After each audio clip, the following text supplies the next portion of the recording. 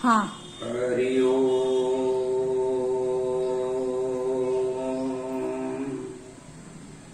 ओम नमो भगवते वासुदेवाय।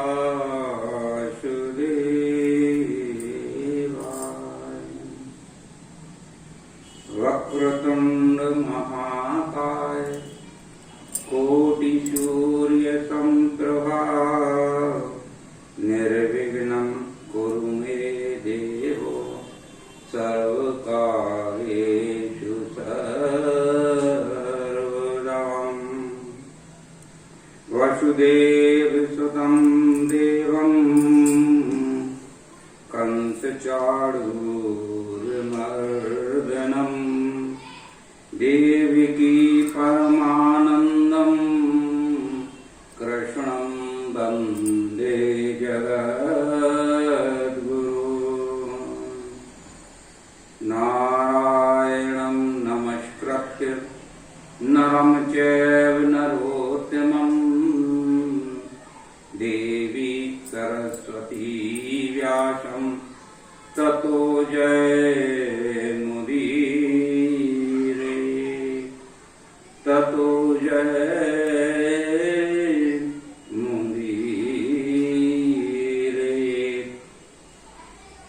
वक्षवांचल कल्पतरु अकारण करुणावरुणालय। भगवान श्री हरि श्री कृष्ण के महान चरित्र लीलाओं का वर्णन भगवान वेद व्यास ने अपने मन मस्तिष्क में संचित करके रखा और मूर्ति के यहाँ प्रादुर्भाव के रूप में प्रकट हुए भगवान नर और नारायण के रूप में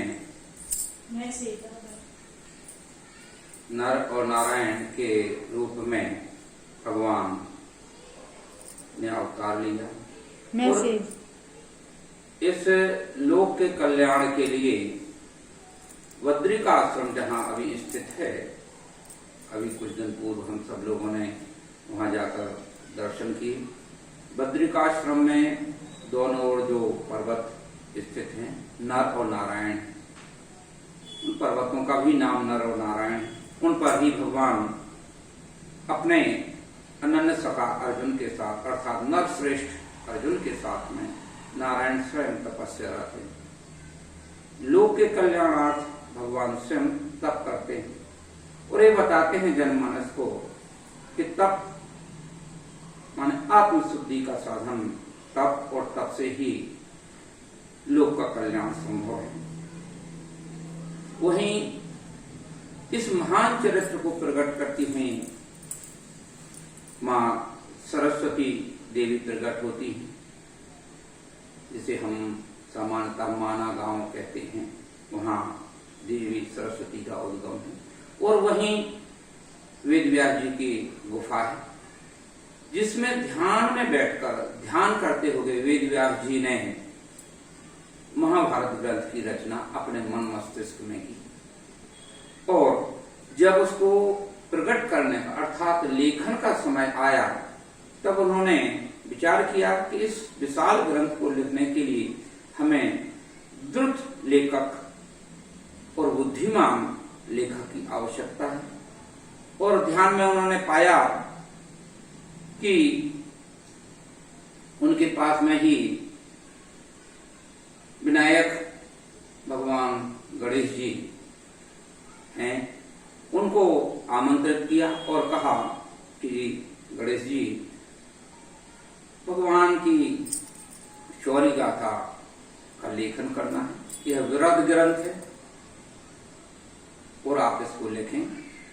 गणेश जी ने स्वीकार किया इस पद और कहा कि यदि आप रुकेंगे तो मैं अपने मन से भी आगे बढ़ जाऊंगा। तब व्यास जी ने एक शर्त रखी कि जो भी आप लिखें वह विचार करके, चिंतन करके लिखें। महाभारत के जो श्लोक हैं वो इतने गूढ़ रहस्यमय हैं कि उनकी कई प्रकार की व्युत्पत्ति और कई प्रकार से अर्थ विन्यास प्रकट होता है। कई कई दिनों तक उसका चिंतन मनन करने पर भी आज तक कोई उनका सही रूप में अर्थ प्रकट नहीं कर पाया या कर पा रहे हैं। विभिन्न लोगों के विभिन्न मत हैं। तब प्रश्न उठता है कि क्या वास्तव में महाभारत कोई युद्ध से पृथ्वी पर हुआ है या फिर एक काल्पनिक ग्रंथ है? तो इसके संबंध में वैज्ञानिक विश्लेषण भी है और वैज्ञानिक आधार भी है। आधुनिक वेदताओं से लगाकर प्राचीन वेदताओं ने भी इस बात को स्वीकार किया है कि महाभारत युद्ध वास्तव में हुआ है। इसको प्रारंभिक अवस्था में जय संहिता कहा गया है, जय ग्रंथ भी कहा गया है कहीं कहीं। बाद में कालांतर में यह जय संहिता, भारत संहिता, महान भारत और फिर महाभारत के नाम से प्रसिद्ध हुई। भगवान वेदव्यास द्वारा विरचित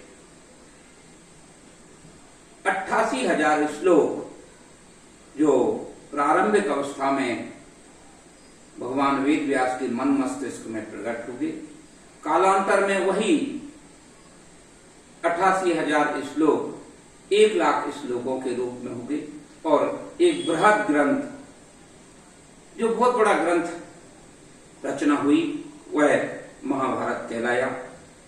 महाभारत काल के बारे में भी अलग अलग लोगों की अलग अलग चर्चाएं हैं, किंतु सर्वमत गणितज्ञ और खगोल शास्त्री बारह मेहर ने सबसे पहले प्रतिपादित किया।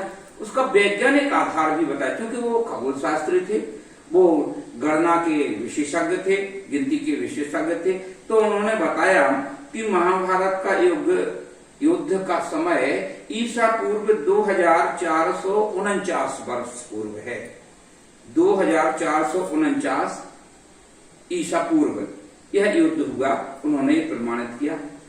बाद में इसी को और अच्छे से प्रकटीकरण किया है हमारे विशेषज्ञ वैज्ञानिक पूर्व के आर्यभट्ट ने। आर्यभट्ट के अनुसार इसकी दिनांक भी तय की गई और उन्होंने बताया कि यह 18 फरवरी 3102 ईसा पूर्व में हुआ था।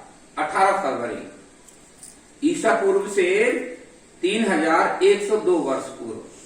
यदि उसकी गणना आज की जाए, माने हम 18 फरवरी 2024 तक अगर गणना करें तो ये सही अंक आते हैं 5126 वर्ष। अर्थात महाभारत अभी अपनी जो फरवरी निकली है, 18 फरवरी 1924 को महाभारत हुए 5126 वर्ष हुए हैं। यह बिल्कुल शुद्ध गणना है और यह गणना भगवान श्री कृष्ण के स्वधाम गमन, उनके जन्म एवं उनके द्वारकापुरी निर्माण और द्वारकापुरी में राज्य और विभिन्न जो उनकी लीलाएं हैं उनके से भी यह पूर्णतः मेल खाती है। तो आपको ये भी बता दें कि इस ग्रंथ में कई बार भिन्नता भी पाई जाती है और भिन्नता का कारण दो है। एक तो है दक्षिणायन पाठ जो दक्षिण भारत में होता है और दूसरा है उत्तरायण पाठ। तो उत्तर भारतीय पाठ में लगभग 86,600 श्लोक आते हैं और दक्षिणायन पाठ में 6,348 या 548 श्लोक आते हैं। इसके अतिरिक्त उवाच के भी 7,022 श्लोक हैं। इस प्रकार इस ग्रंथ में कभी कभी श्लोक संख्या का मान भिन्न भिन्न होता है, किंतु गीता प्रेस से प्रकाशित जो ग्रंथ है, जो महाभारत ग्रंथ है, उसमें अभी सर्वमान्य तौर से तय किया गया है और ये निर्धारण किया गया है जो वही प्रमाणित प्रति है और उसको ही माना जाता है, जिसमें 1,217 श्लोक हैं। अभी जो सर्वमान्य महाभारत ग्रंथ है, गीता प्रेस से प्रकाशित है, उसमें 1,217 श्लोक हैं और इन्हीं का पूरा यह ग्रंथ रचना की गई है। तो कहते हैं कि जब कोई इस जय ग्रंथ को पढ़े, इसकी कथा वाचन करे, तो सबसे पहले उसे यह प्रारंभिक श्लोक श्री हरि का स्मरण करते हुए करना चाहिए। नारायणं नमस्कृत्य नरं चैव नरोत्तमं देवी सरस्वती व्यासं ततो जयमुदीरयेत् ततो जयमुदीरयेत्। इसके साथ ही ग्रंथ के प्रारंभ में ही कुछ और भी मंत्र लिखे हुए जिनको भी सभी वक्तागण प्रारंभ में ही वाचन करते हैं। ओम नमो भगवते वासुदेवाय,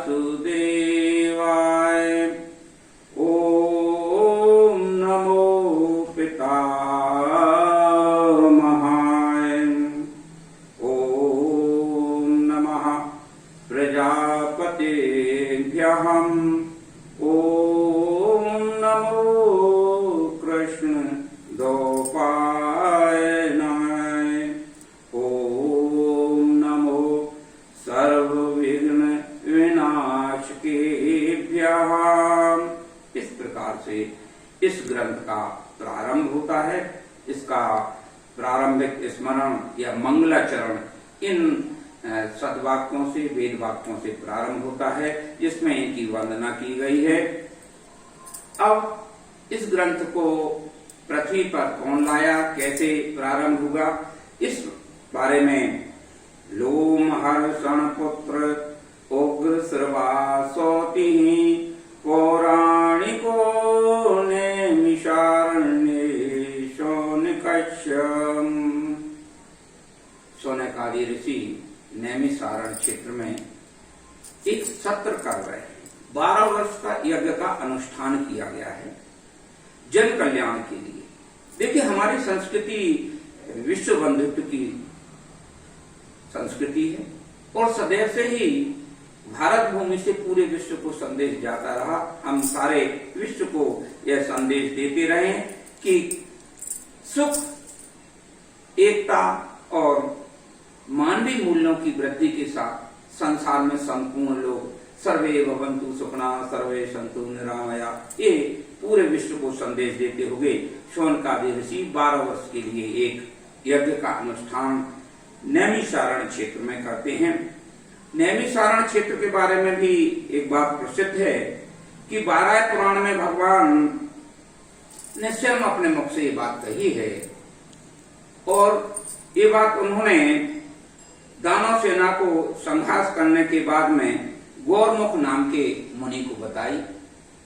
भगवान कहते हैं कि हे गौरमुख मुनि, मैंने निमिष मात्र में, मतलब एक पल झपकने का भी 10वें अंश में उस वन में रहने वाली बहुत बड़ी दानवों की सेना को नष्ट कर दिया था, इसलिए उस क्षेत्र का नाम निमिष क्षेत्र कहलाया। अर्थात वहां अब कोई भी दैत्य नहीं निवास करता, इसलिए शौनकादि लोग सुरक्षित जगह देखते हुए वहां पहुंचे और वहां 12 वर्ष के लिए उन्होंने यज्ञ का अनुष्ठान किया। तभी उस यज्ञ में सूत जी महाराज पधारे। सूत जी उग्र सर्वानंद जैसे ही पधारे, उन्होंने आकर वहां सभी ऋषियों को प्रणाम किया और उनसे उनकी कुशलक्षेम पूछी।